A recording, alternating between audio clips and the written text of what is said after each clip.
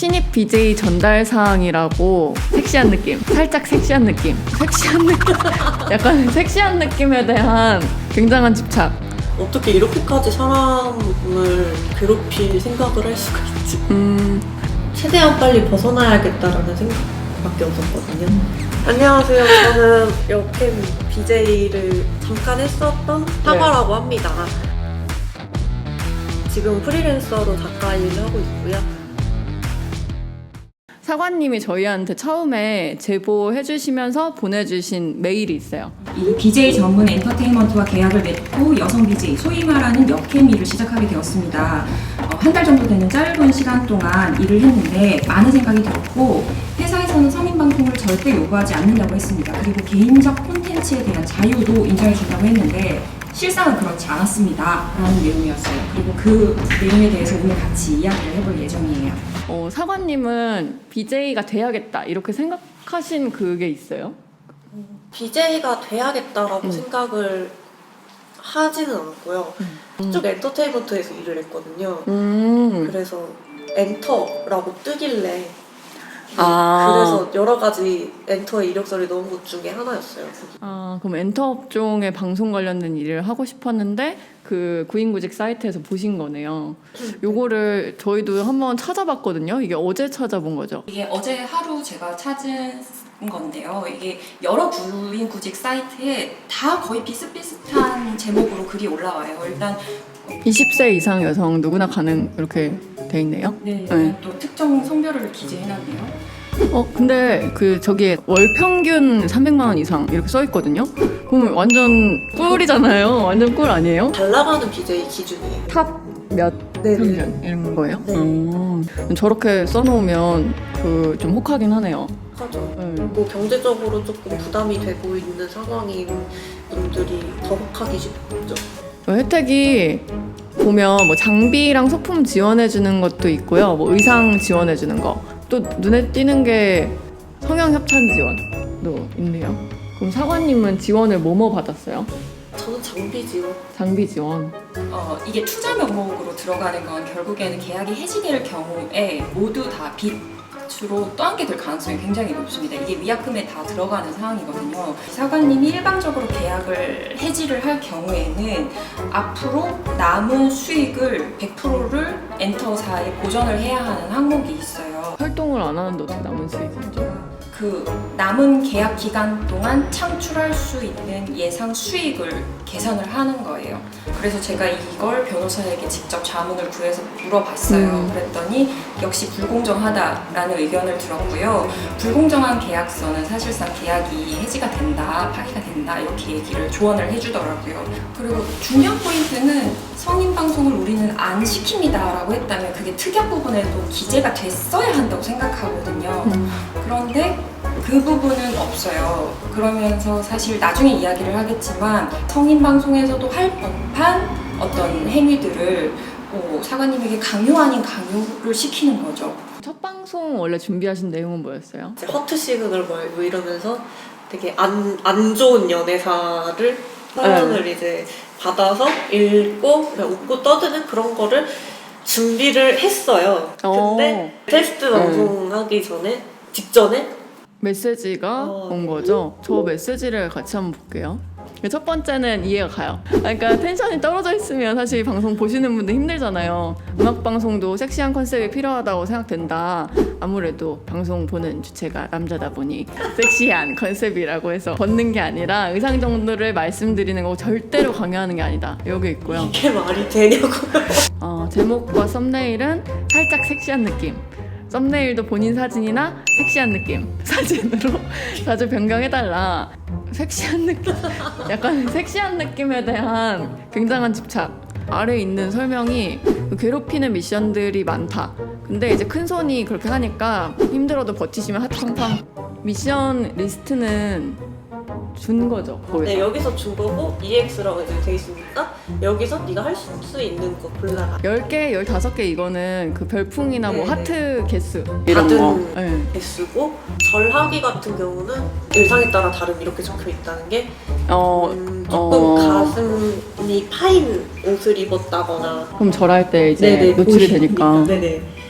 그리고 조금 이제 헐렁헐렁한 옷을 입으면 이렇게 또 보이니까 하고 발차기도 치마 같은 거 입었을 때 9번이 패딩이고 10번이 에어컨인데 에어컨은 이제 겨울에 패딩은 이제 여름에 아 일부러 괴롭히려고 네. 근데 여기서 중요한 거는 저 패딩하는 저 10분 동안 다른 리액션들 다 할 수 있어요. 아 그럼 패딩 입고 있는 시간 동안 108배 시키거나 뭐 섹시 댄스 시키거나 뭐 겹쳐서 같이 하는 네네네. 거네요. 엄청 여러 가지 네, 창의적인 괴롭히는 방법들이 있네요. 깜짝 놀랐어요. 어떻게 이렇게까지 사람을 괴롭힐 생각을 할 수가 있지? 나 사기 먹었구나. 쎄하다 했는데 이렇게까지 본격적으로 갑자기 본색을 드러낼 줄은 몰랐어요. 그 전에는 섹시 방송, 섹시 뭐 찾는 그게 없었어요? 절대 1절의 언급도 없었어요. 아 진짜요? 의상 이런 거 전혀 도장을 찍게 하기 위해서 정말 달콤한 말을 많이 해요. 절대로 부당한 일은 없을 것이며 그래서 계약을 하게 된 거였거든요. 절대 이제 하지 않겠다고 했고 어떤 그 회사들이 뭐 성인 방송을 강요하거나 뭐 불공정 계약을 하는 등의 피해 사례가 많이 발생하고 있다. 우리 회사는 절대 그런 걸 하지 않는다를 이렇게 막 적어 놨더라고요. 거기서 경계심을 낮추게 되는 거죠, 이제. 그러니까 저는 이렇게 매니지먼트가 따로 있는지 몰랐어요. 매니저 있었죠. 있으나 마나. 매니저가 관리를 한다고 분명히 얘기를 했잖아요. 근데 그 관리가 채팅창 관리가 아니고 저 관리더라고요. 뭐라고 해요, 매니저가? 누구님 안녕하세요 이러면은 누구님이 아니라 누구 오빠라고 칭하는 것이 훨씬 좋습니다. 저를 실시간으로 보고 있으니까.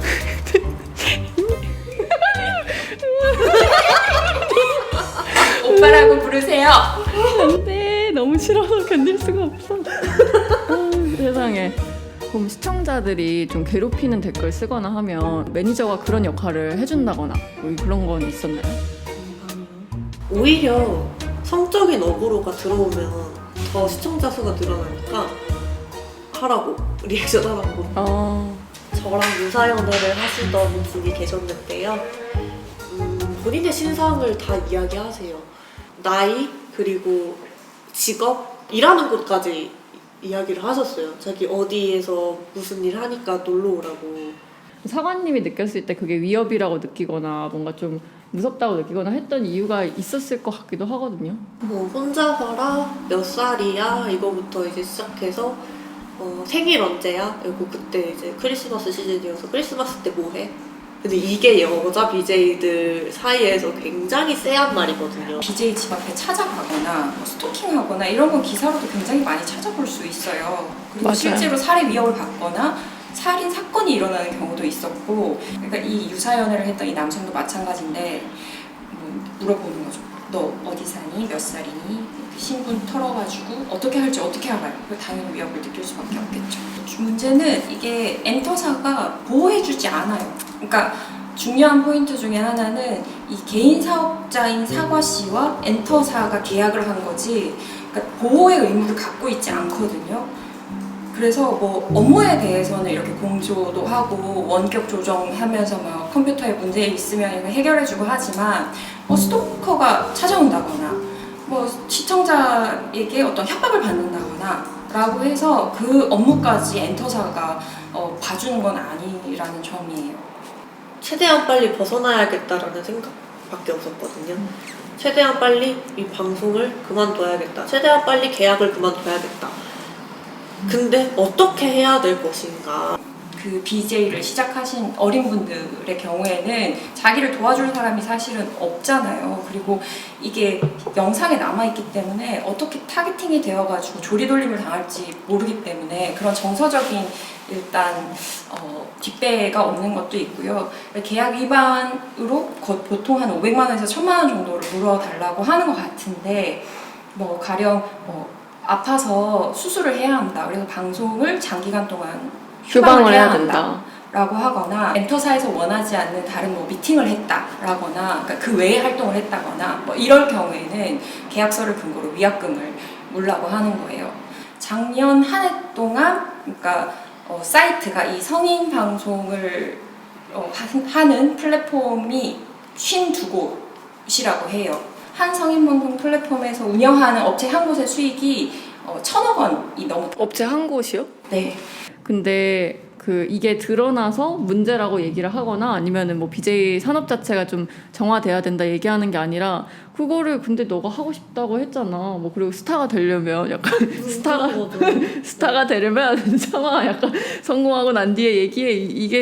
이게 1,000억 넘게 버는 한 군데가 1,000억을 넘게 버는데 이게 맞나 싶은 생각이 드는데요.